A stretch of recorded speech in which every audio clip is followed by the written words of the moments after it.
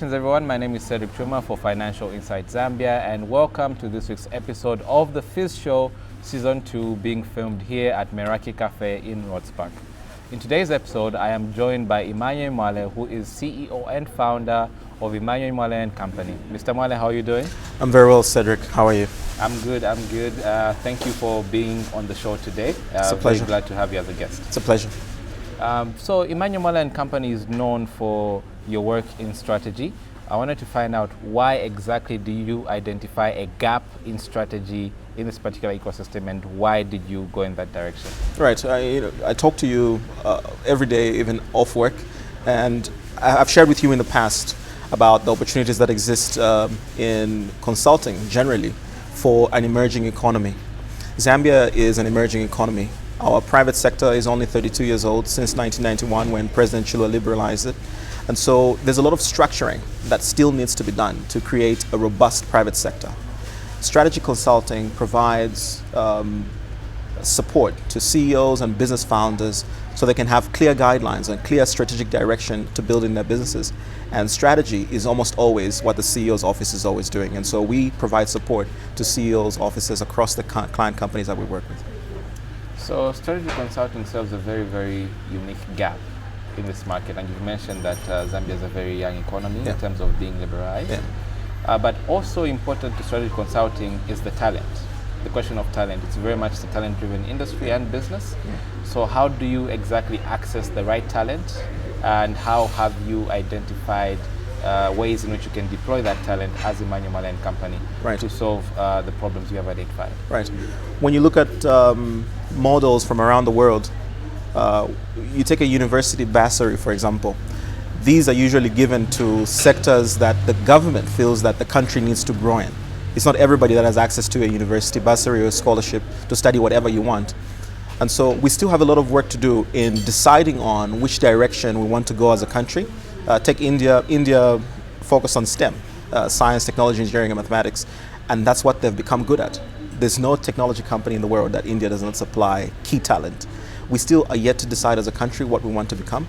And so our talent pool is still a little bit hazy in a sense. We have a very sporadic talent pool, and it's very difficult to get a single area where we have a concentration of talent. So any business in this country, whether you're a banking institution or a manufacturing institution, you will struggle with a shortage of talent in your area. And so Emmanuel Mwale and Company is not immune to this shortage of talent. We equally struggle with identifying and being able to place correct talent into our offices to help us in tasks. So how do you actually go about accessing that talent? Because for you to still be here, you have obviously created a system of acquiring that talent, nurturing it, and deploying it. So what unique ways have you identified work for you in your particular role as a strategy consultant for acquiring and refining talent? The beauty about being an entrepreneur and a CEO of a business is that you're responsible for, on the entrepreneur side, in defining what the business is that you want to build. And so you know it at your core, what kind of business you want to build. And so that also makes you a good trainer. You can communicate better, you can inculcate those skills, you can point to the direction that you want your people to develop their skills in. And I think that's what has helped us. That's what has helped my business, because we are able to develop the people that we recruit. We're okay with recruiting people fresh out of university. Then we can build them.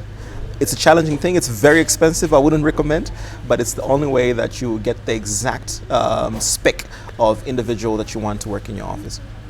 Interesting. And also, you have a very, very focused niche that you term growth stage businesses. Right. So what do growth stage businesses mean for you, and why did you identify them as your particular cup of tea? Right. Growth stage businesses, unlike maturity stage businesses or early stage businesses, are at a point when they're scaling, they're accelerating their growth. It's much more difficult for a mature company to achieve the rate of growth that a growth stage business can achieve. But also it's very difficult for an early stage company to define its growth trajectory. At early stage, you're still defining what your products are, how your business works, and it's very difficult to serve you because you are equally unclear about where you want to go. Growth stage businesses are a unique niche in a sense because they're clear about where they want to go. They're clear about their products and services. They're clear about their processes. What they now need to figure out is what strategic angle can we work with to ensure our growth. And that's where we like to tap into. Also, you are making a very interesting pivot from being strategy consultant to an investment company, right, and not an investment management company. So maybe you can tell us what data did you see that sort of showed you that this is the way to go? Right. Also, why investment company and not investment management company? Right. That's a very good question. Every time, Cedric, we work on strategy papers for our clients, we're sitting at a very unique table, very advantageous in terms of information. When you talk of information asymmetry, it's almost as if information about our client businesses is skewed in our advantage. So we're privy to their recapitalization requirements. So every business, by the way, at every strategic juncture, at every strategic term, at the beginning of any strategic term, to implement that strategy, there's a capital requirement there. And we are privy to that information. So at any given point, if we have the capital, we have the opportunity to buy into some of the great businesses that we work with. And that is where it's coming from. We have all of these opportunities to our advantage. If we had the capital, we could invest in those companies that we consult for. So we have decided to start small in our investing journey with some of the portfolio companies that we have at the moment. But that is the reason. We are privy to their recapitalization requirements. And so it would be leaving money on the table if we didn't say that we wanted to become a part of the client companies that we work with. That's really, really interesting. Yeah. I think from what you've said, you are speaking about capital efficiency. And that's what I got. And in our environment, a lot of businesses complain about not having access to capital. Right. So I wanted to ask, with your particular pivot, how exactly do you advantage these organizations in accessing that capital, right, as well as multiplying the returns on that capital that they employ in their businesses? Right, so when people talk about capital, they also need to be clear about what type of capital they need. And usually most people don't know. So we have about 4 different investment strategies. We have got what we call transformational capital, which is your traditional private equity funds type of arrangement, where you come in, PE funds usually come in to transform to their advantage and make a profit and leave. That's transformation, it's not long-term. We also have our long-term capital, where we're able to place long-term capital into businesses that we like. But we also have debt products, debt strategy, which we call our transformation, which we call our transactional capital. This is short-term, very dedicated towards a specific transaction, support our clients with that specific transaction, and the transaction closes. It's important that businesses understand what type of capital they're looking for. It's not every other type of capital they're looking for. So every time there's a new financial institution opening up, everybody rushes and says, we're looking for capital. You need to understand what type of capital do they provide, and is it good type of capital for you? Very interesting. Also, this year has been very synonymous with artificial intelligence and the rise thereof. Yeah. I think you're in an industry which is not immune to technological shocks. Right. What exactly have you identified could be an opportunity created by artificial intelligence, right, as well as what threats do you see from artificial intelligence, both for the industry and for your business? Right. When it comes to opportunities, we always have to contextualize what we mean. So it's always opportunity for who. It's incomplete, the question on opportunity, if we do not speak of for whom it's an opportunity. So to contextualize AI from a business perspective, you're definitely bound to be more efficient as when it comes to AI. AI is able to help you run around the clock. But AI is not you also. Businesses have been talking about mechanization for a very long time. What we are talking about, what's unique about 2023 right now, is the proliferation of artificial intelligence, the extent to which it has become a part of our businesses and our lives. That is a different conversation altogether. The threats come with that proliferation. To what extent do we say, this is how far you can go, you need to stop here? And this is a debate that's happening all around the world about how do we regulate AI. So it's an ongoing conversation, but certainly AI is not new. It is only the proliferation of AI, the extent to which it has become a part and parcel of our lives. That just the other day I was driving in my car, and I've got Spotify Premium, and there's a guy, he's a DJ, he's an AI DJ, he talks to me now. It's as if I'm listening to live radio. I'm not. It's an AI DJ that's speaking to me, and he knows my likes, he knows what I don't like, and he's able to play music and shuffle my music according to my likes. That means that what happens to talk radio? There's a lot of disruption that is bound to happen there because we can talk to machines now. Yeah. Yeah. So it's the proliferation that we should be concerned about, not so much whether it's something new or not. It's not new. So with regards to integration of AI into strategy consulting, what new frontiers do you see being created or possibly being further pushed forward in your particular area? Again, that has to be contextualized, like in terms of Zambia as a market for consulting services and how does AI impact that.